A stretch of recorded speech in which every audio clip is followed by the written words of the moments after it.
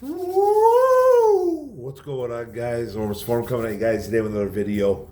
And today's video, we're talking some Detroit Lions football. And I wanted to get on this little villain theme that's going on right now with the Detroit Lions.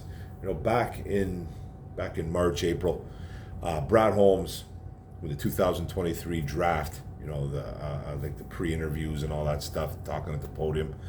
Brad Holmes came with a nice hoodie that said the word villain across it. Now, Brad Holmes has been kind of, you know, he hasn't really kind of discussed it too much when he's been asked about it. He's kind of like not really given a straightforward answer on what he thinks, like why he came up with that word villain. But they got the merchandise out there. They got it on their walls. They got it all over the buildings. The term villain. Now, I think it's a brilliant marketing advertisement. It's great advertisement for the Detroit Lions. I'm all about villains too as well. You guys like the poster right there. Comic book guy. I got villains on my arm. I got tattoos. You know, a lot of people have different explanations of the word villain. You know, this is obviously fictional, stuff like that, and it's fun for me. Comic books are my thing. Yes, I am a geek, and I love my comic books, and I love my villains. You know, this guy's a maniac right here. And then, but Brad Holmes has been kind of, you know, keeping it inside. He's not really talking about it too much. He didn't really explain fully. He just said something like his scouting team and himself kind of came up with the mantra back when they were doing their work. That they're gonna look at this from a villain point of view. Now, if this thing's taking flight all of a sudden now, who else and who better than C.J. Gardner-Johnson, our nickel cornerback safety that we acquired, who was a free agent, who played for the Philadelphia Eagles, made it to the Super Bowl. He was tied for the lead in interceptions last year. Playmaker. Big mouth, but can back it up. I love the way he is. I love how brash he is. I love how cocky he is. I love how he doesn't stop running his mouth over and over again. It's just this guy screams Detroit, man. I hope that we sign this guy to a long-term deal. He was making plays against Kansas City. You know, he had a couple dropped interceptions, but he was there, you know, at least to stop the ball from going into Kansas City Chiefs wide receiver hands, but he should have had a couple picks. But he made a nice pass breakup. He made some beautiful tackles. He was all over the place. He was running his yap. And it just, he's the guy that I love. I love this kid. I love this kid. Now, he's brought it full circle again, the word villain. He came out just recently and he was talking, I believe it was the Free Press, not 100% sure who he was talking to. He has asked all Lions fans to wear blue ski masks now for the home opener versus the Seattle Seahawks this coming Sunday. I have put my wife put my ski mask on order. It's going to be on its way. I won't have it for the Sunday game. I won't even be at the Sunday home opener. I will be at the Atlanta game and I will be at the Carolina game. Hopefully I can have it one of those games or both, which is going to be great. And but he has come out and he has pretty much told the Lions fans, like, we need you guys to come out with blue ski masks right over your heads. And this is trying to be like a theme. Is it gimmicky? Sure. It's very gimmicky. It's just a lot of teams do stuff like this, right? You got, like, you know, we got the Green Bay Packer fans, man. They wear cheese on their heads for for Pete's sakes. You know what I mean? So they do stuff like that, and they got a lot of balls, by the way, by running their mouths saying how stupid it is that Lions fans do this. You wear cheese on your heads. If that's not gimmicky, I don't know what is. Now, is this villain thing, the mask, is it gimmicky? 100%, man. But it builds something. It's part of the culture. Now, he was asked about it. He comes out, and I quote, and says, "We're supposed to be villains, right? It's part of us. It's the culture. I'm changing it." Then he continues on. "From what I've seen in the crowd, we got probably the most ruthless fans in the game. So I think from talking crap, they feed off of us.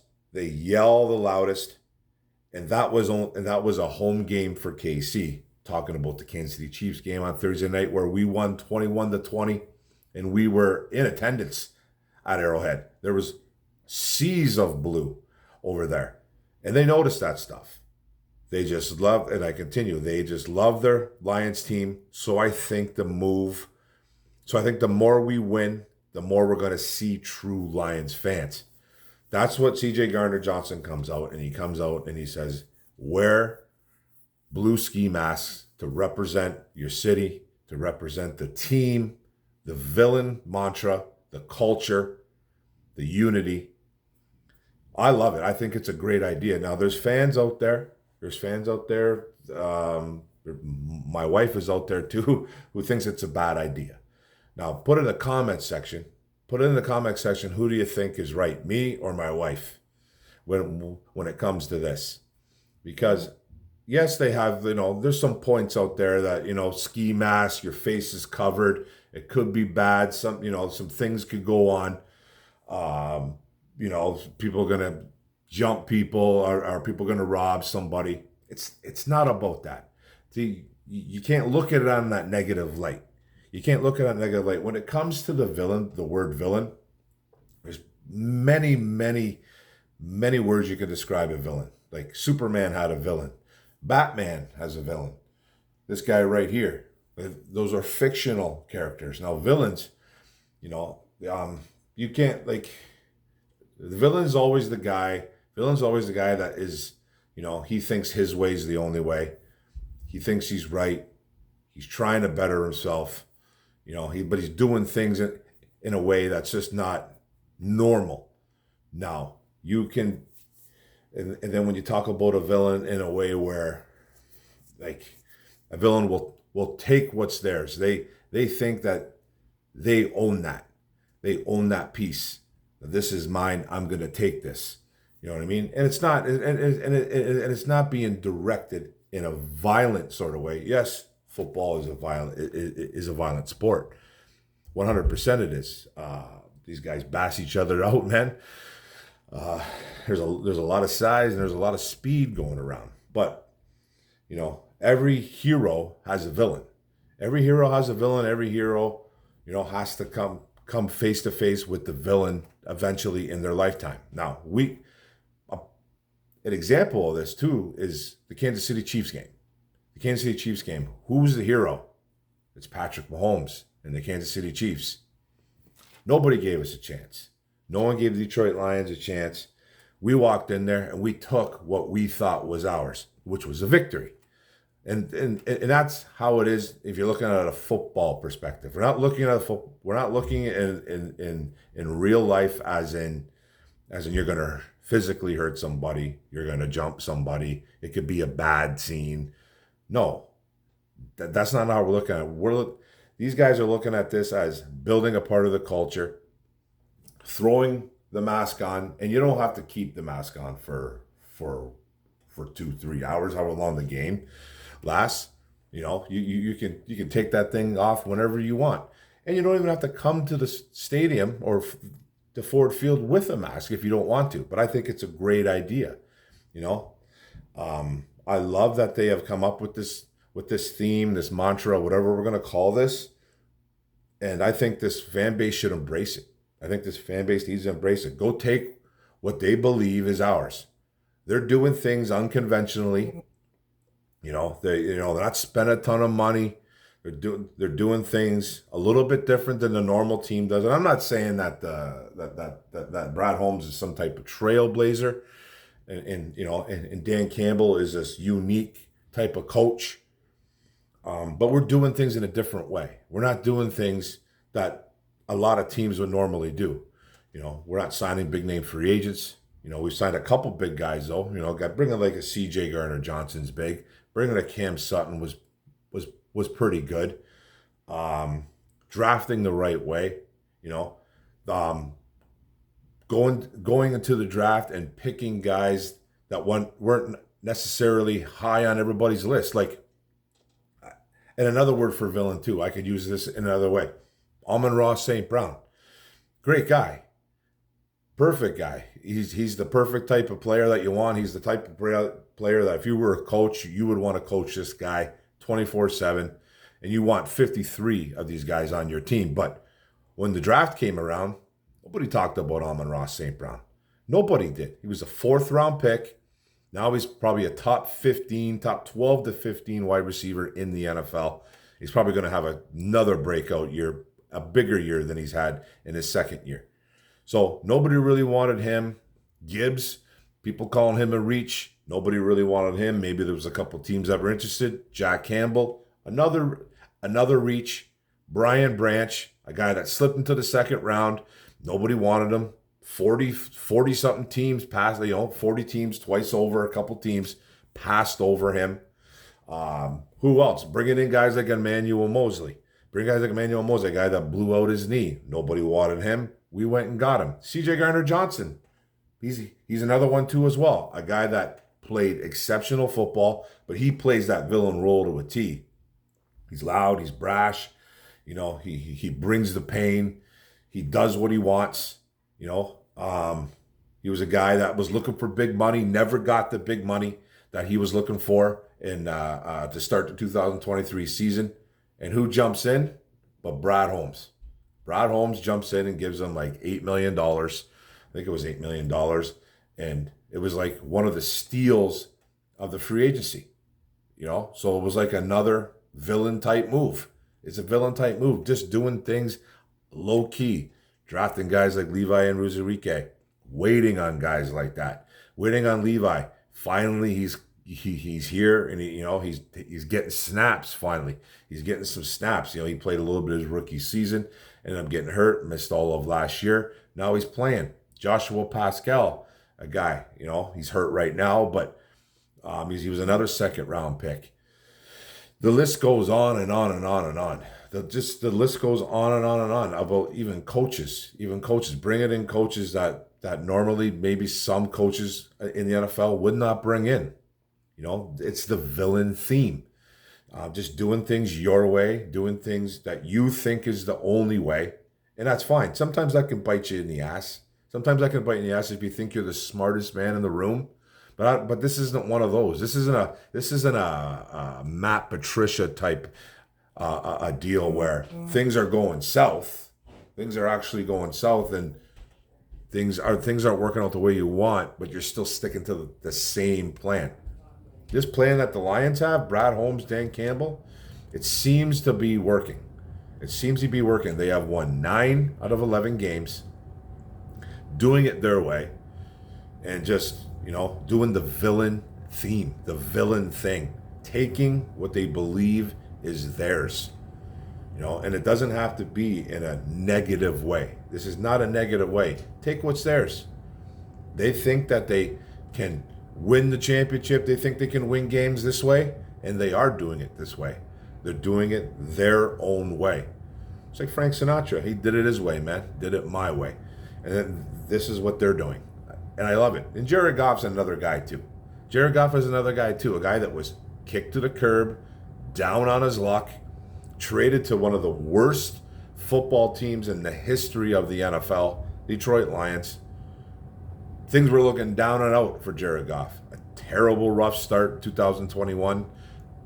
Picked it up at the end of the year. Had a great 2022. Starts it off with a win versus the Kansas City Chiefs. It's that villain theme. Nobody wanted Jared Goff. We brought him in. There might have been some other suitors, but it was just one of those things where we had to do it this way. We're going to bring in a good quarterback, not a great quarterback, and we're going to win with him. And they have won the last 9 out of 11 games doing it the villain way. And I think this blue ski mask thing, I think it's genius. Earlier I did say it was like a marketing ploy. I believe it could be, but I also believe that it's just a really good way to bond with other fans as well too. You're going to see guys with all kinds of different masks. I got the blue one. I got the baby, not the baby blue, but the royal blue, the really dark royal blue. I don't know color, probably like this color right here. probably like this color right there or that color right there. Just a really royal blue with the eyes out, the mouth out, just like the one CJ Gardner-Johnson was wearing, just like the one he was wearing in the Kansas City game.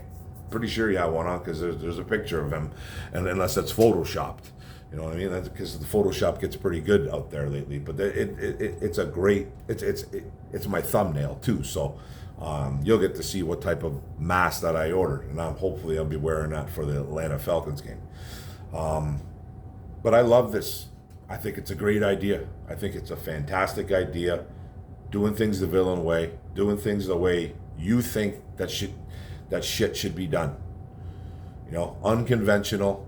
You know, a little bit kooky, a little bit crazy, and it's getting stuff done. And there's a villain in all of us. There really is. There's a villain in all of us, man.